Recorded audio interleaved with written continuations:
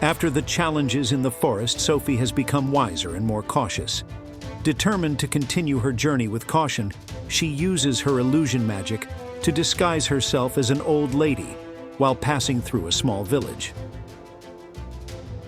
As Sophie walked through the village, she noticed the atmosphere of despair and loneliness.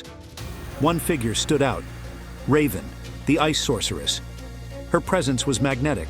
Who are you, old lady? I've never seen you around here before. I'm just a traveler looking for shelter and maybe some food. I can help you with whatever you need in return. Very well. You can stay, but know that we don't tolerate a stranger causing trouble. My name is Raven, and I run this place. Natalie, the most powerful dark sorceress, had chosen this place as a base for recruiting new dark sorceresses, channeling the women's sadness and despair to manipulate their minds. With her mastery of ice magic and ability to turn pain into power, Raven was the perfect leader for this training. Sophie began helping the village women, discreetly using her healing magic to ease their pain. Over time, she got to know their stories and empathized with them. We lost our husbands to the magic of Medellin. They became monsters. We had no choice but to isolate ourselves here. The sorceress Raven took us in. I'm sorry for you. Is there any way to break this curse? Is there any hope of recovering your loved ones?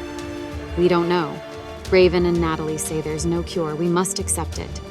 Sophie realizes that Raven and Natalie use the women's sadness to strengthen their magic and manipulate their minds. She knew she had to act cautiously and couldn't leave these women to suffer. As Sophie spent more time in the village, she couldn't help but admire Raven. Even though she knew about the sorceress's dark goals, Sophie felt a strange admiration for her power and beauty. Raven is so powerful and confident. It's hard not to admire her strength, even though she serves dark purposes. At the end of the day, Sophie retired to the small room she had been given. I must find a way to help these women and free their husbands. I can't let sadness and darkness continue to dominate this place. With these resolutions in mind, Sophie fell asleep, preparing herself for the next day's challenges. She knew the real battle would be against the emotional manipulation and dark magic permeating the village. Madame, Raven waits for you in her cabin. Hurry. She dislikes waiting. I don't know if I can resist the temptations that will come because the attraction to evil here is powerful. But I can't leave this village without helping these women. I wrote a letter to remind myself of who I am, and I read it every night so I don't get lost in the darkness. Sophie arrives at Raven's hut, an imposing structure adorned with symbols of icy magic. Good morning, madam. Or should I say, young sorceress of Tagnara. The spirit of the Forest of Lost Souls has told me a lot about you. I don't know what you're talking about. Oh, but I think you do. There's no need to keep your disguise from me. Come on, let me show you how we live here. Maybe you'll find some of the answers you're looking for. Sophie, although reluctant, follows Raven through the village. They pass women working together, some weaving incantations over crops, others purifying water with magic. You see, despite our fame, we are a community. We help each other however we can. And yes, we also train those willing to explore their power's depths. When they arrive at the magic school, Raven introduces them to the sorceress's ability to precisely manipulate dark energies.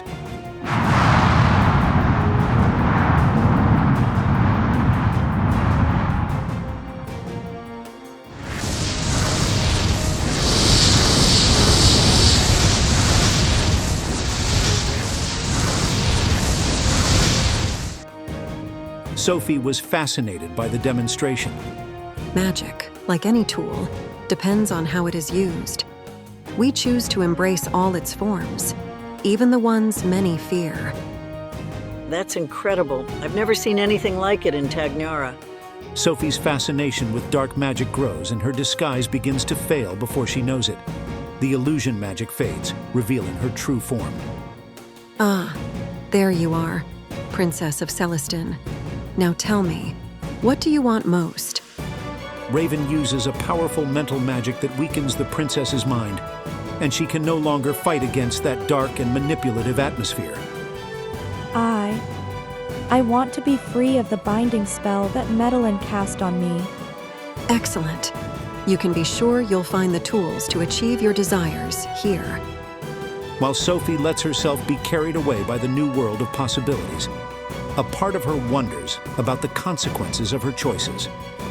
On the other hand, Raven contemplates her next move, planning how to use this revelation to her advantage.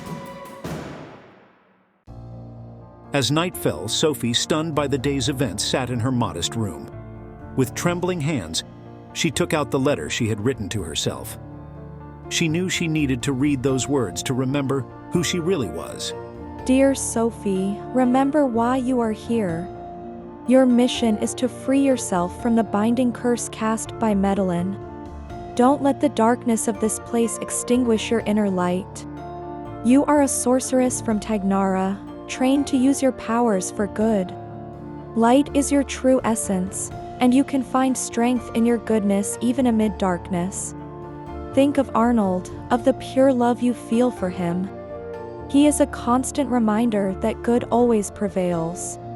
Your love for him is a light that shines even in the darkest moments. Be strong, keep your essence pure, and don't lose yourself. Every day is a step towards your liberation and return to those you love.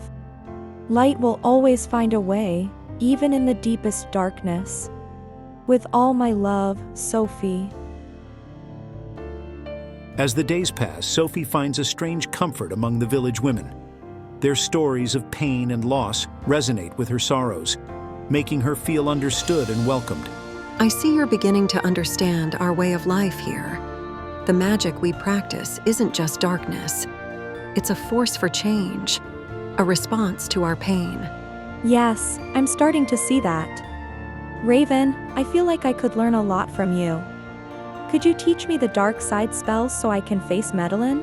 Of course, Princess. Finding someone willing to fully embrace all facets of magic is rare. I'll teach you what I know, and together, we can make sure you're ready for any challenge that comes your way. Sophie spends the next few days immersed in intense training.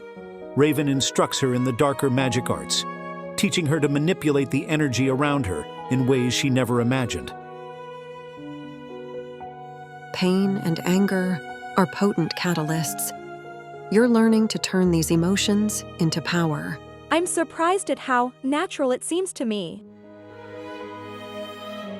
As night falls, Sophie retreats to her hut, exhausted from training, but her mind remains in turmoil. Whenever I use dark magic, I feel a strength I've never experienced before. And that makes me very happy. But at the same time, I know this is not who I am. The internal battle between her essence and the temptation of darkness tears her apart. Arnold, I miss you. It's the love I feel for you that guides me. But what if I can't get back? What if I lose myself completely? Sophie, increasingly skilled in the dark arts, feels a growing confidence in her new abilities. But with every step she takes in dark magic, the line between right and wrong becomes more blurred. This adventure continues. Do you want exclusive material and know more about Celestine's story? Click on the links in the video description and be part of our universe. Watch the other episodes in the playlist.